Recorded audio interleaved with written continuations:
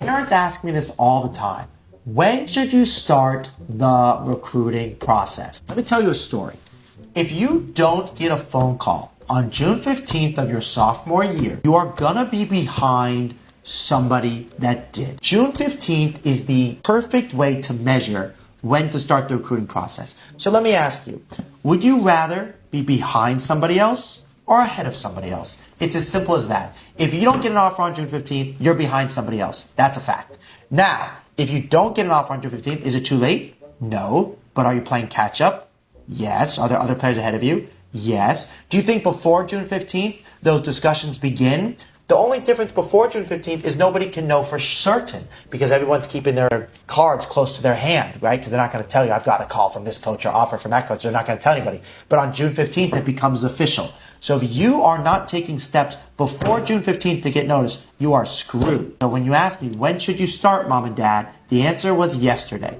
Now, if you're worried, my kid's not going to be good enough to start because the coach are going to watch them and think they suck. That is not going to happen until they're 17. Coaches don't say no to anybody, partially because they want your money at ID camps. But also, they're not going to tell you no because they know athletes develop. I didn't play varsity soccer ever. I never made the team. I went on to play Division I soccer. I played JV soccer as a junior in high school. Did coaches write me off at the beginning?